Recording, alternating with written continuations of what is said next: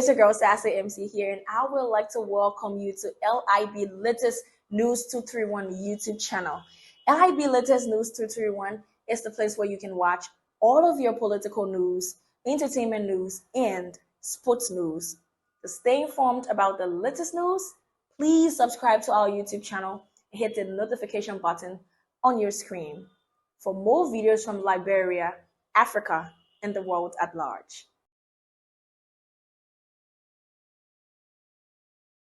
Kill people, and that there were armed men at Coca-Cola factory waiting. Can you respond to the former vice president? Look, Ben, and all of you on the platform, look, this is a sad day for Liberia. And it's a sad day because an elderly man running for the highest office of this country would blatantly lie on someone on national radio, only to score political points. Joseph Boakai is having illusions, and this is what is frightening. Joseph Boakai knows, as well as anybody else listening to this program today, that it's impossible to have put 15,000 persons around in the streets. And then arms, where would the arms come from? The entire armed forces of Liberia were under 2,000. Maybe the arms and ammunition he's referring to came from when he was chairman of local defense force. Oh, okay. This man must be fantasizing. Look, then, worst case scenario, assume I had told Mr. Boakai what he said I did. Should he come on national radio and discuss what was said in private? Is this someone who wants to be president of Liberia? Is this someone we can trust to be president of Liberia? Well, then, wow. Lord help Liberia. Talking about being ungrateful, this is the peak of ungratefulness. Was this not the same man I defended during the presidential debate when Charles Brown came and Cummings were jumping all over him? I defended this old man because I thought he was a good character. But now, in hindsight, I'm sorry I didn't join Bronskin and Cummings when they did not support him. And probably they knew him better than I did. In hindsight, I see why they did not support him. Then Liberians can see where all these lies and rumors and false statements are coming from. But I tell you one thing, Ben. Joe Boakai must heed to this warning. You and your followers must refrain from attacking people and their families.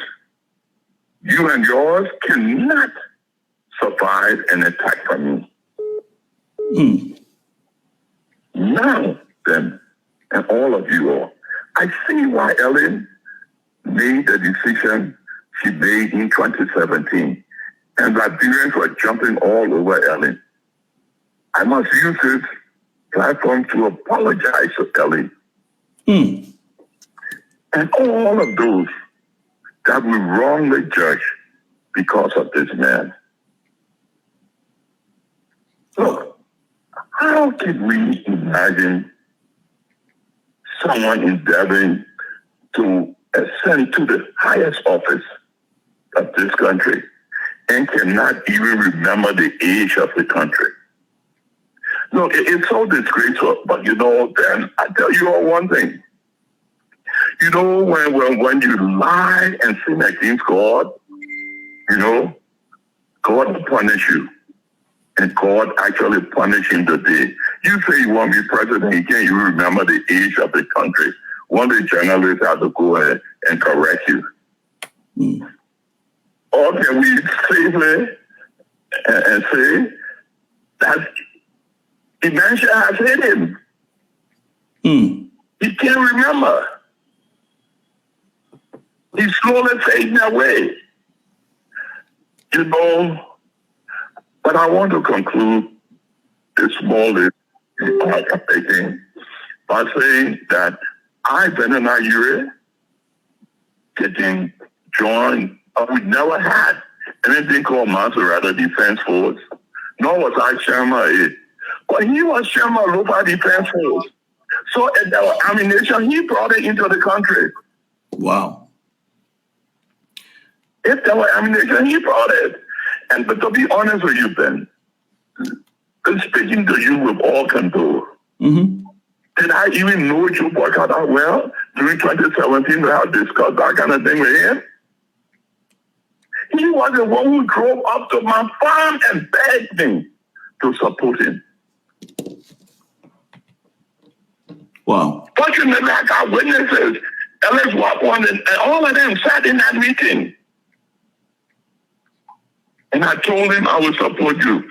And my God, do I regret the day I made that decision. Liberians must realize one thing.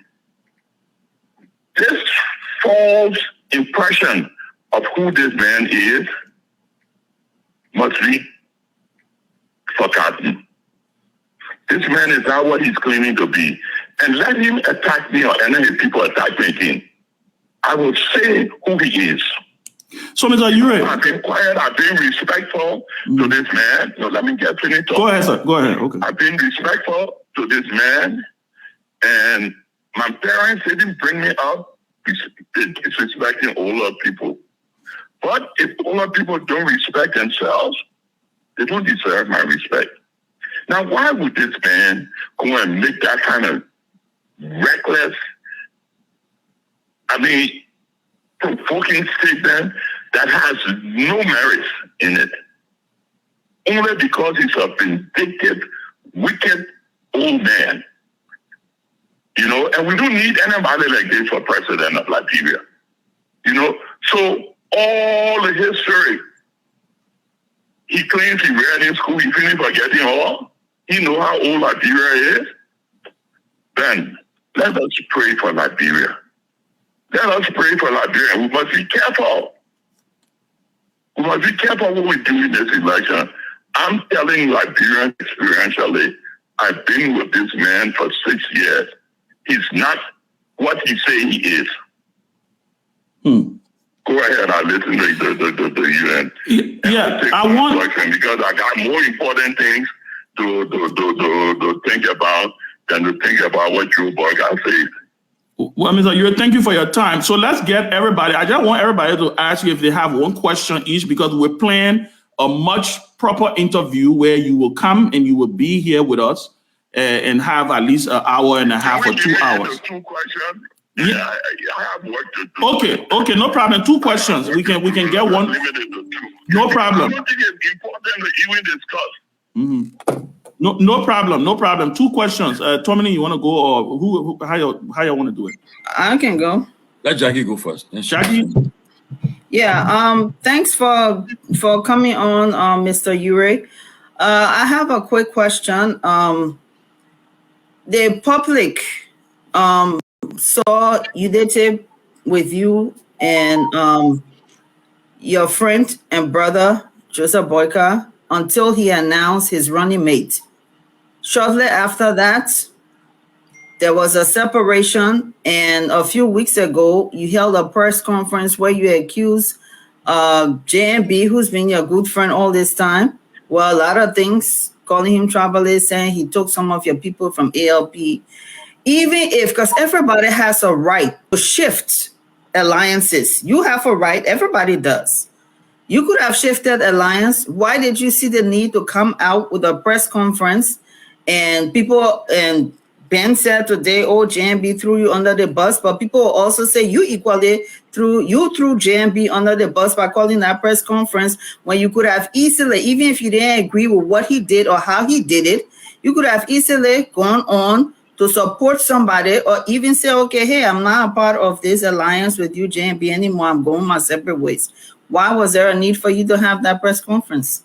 And wasn't that throwing him, your friend, under the bus? No, not at all. The first thing, I did not have a press conference. That you are wrong. We had a program at our party's headquarters where we were certificating our candidates, and I had to address the issue. And I want you to know that my decision, to move away from JNB was not based on any selection of the vice president. In fact, I knew Jeremiah Kuhn way before Joe Boakai heard his name. Jeremiah Kuhn is like a younger brother to me. We've known one another for many years. The point here is, Joe, it's the manner in which it was done. You don't go and you promise Yambi you'll make a vice president. You promise Herman Costa you'll make you vice president. Then you come and you pick someone who's in the opposition and bringing and making a vice president. And if I'm provoked, I would say why he did it, but I would leave that for another time. And let me tell you something. I don't owe no loyalty to Joe Boakai or Unity Party. I did what I had to do because the Liberian people wanted us to come together, wanted the opposition to come together. And I'm under obligation to do what the Liberian people want me to do as a politician. Look, I didn't want to be vice president. He was the one who was extremely close to Henry Costa, and he did his promising. I was present, and I listened to some of the discussion with he and Henry Costa on the phone. And he cannot come out publicly and say he didn't promise Henry Costa he would make him vice president. Nor can he come out publicly and say he didn't promise Yamli. No, but that's his prerogative. But it's the manner in which you do it. Somebody cannot be your ally for 6 years, and you make the most important decision, and you don't inform him one day before you make your announcement. You drive up to him and tell him, I have selected. So we struggled for 6 years for that. When all we ask, let us be at the table when you're making your selection, so he won't make the mistake he has made. Oh, that's a very good young man. But this are causing the presidency. And the Liberian people will not accept it. Thank you, Mr. Urey. So one more question. Am I entitled to ask another question? No, he said only 2 questions. Okay, that's fine. Mr. Urey, this is Tomolin George. You saying that Liberian people should, you don't want such a man to be president of Liberia.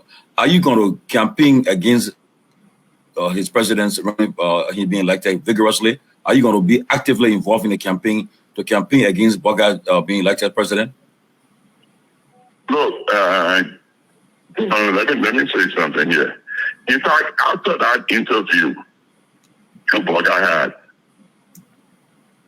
the youth wing of my party, the women's wing of my party, almost 6 officials of my party, they have called me tonight, and they have clearly stated to me that they are giving me 1 week to have my convention, or to have the executive committee meet and decide the way forward. And so help me God. Anyway, my party wants me to go, I'm going to go that way. I owe it to my party, and I owe it to Liberians. No group of people is more deserving of leadership in Liberia than the other. We fought that before. We fought it for tens of thousands occasions. We've been fighting. We've been fighting to ensure that we have the right representation for our people in Liberia. And for us to believe that one person or one group of persons is entitled to leadership in this country is wrong. And whoever, no matter who it is, I know where you're going, Timothy, you're probably talking about supporting CDC. Look, the biggest situation we have, I read on Facebook, people talking about, oh, he tried to kill your daughter. But who has done more to kill her than the Unity Party in the last few days? Look, y'all leave this thing. Let's just move ahead and may the best person win. But nobody must think that they have an entitlement to the presidency. Mr. Urey, I have a quick question, then you can go. In your statement, you mentioned former President Ellen Johnson Sirleaf. And I said in the beginning of the show, I don't think he only threw you under the bus. I think he took Ellen from her house in Fish Market and threw her under the train. And you said you apologized to Ellen Johnson Sirleaf publicly.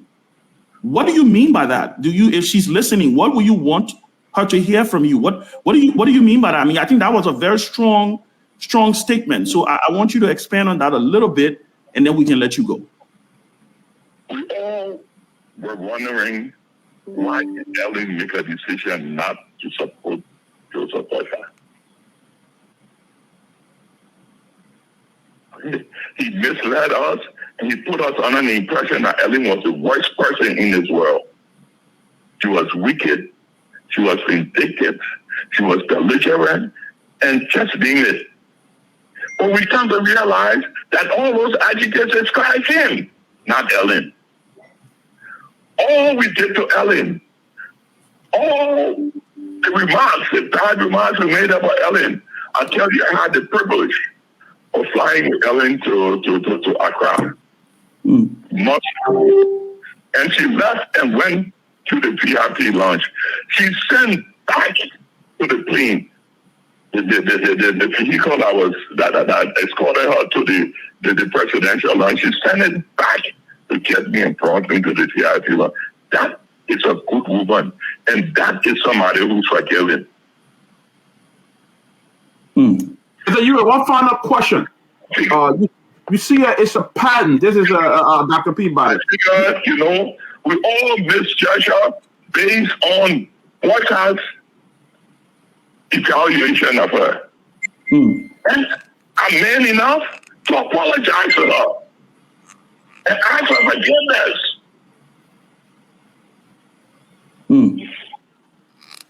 Okay, Mr. Urey. Well, you still there, Mr. Urey? Are you still there? You all. I think he's wrapping up. And I think you can have interaction with your callers on what you spoke about and what I said. But I want to thank you all for giving me this opportunity to clarify that foolishness. And I want to encourage you to please let this go all around the world. Let the people know the truth.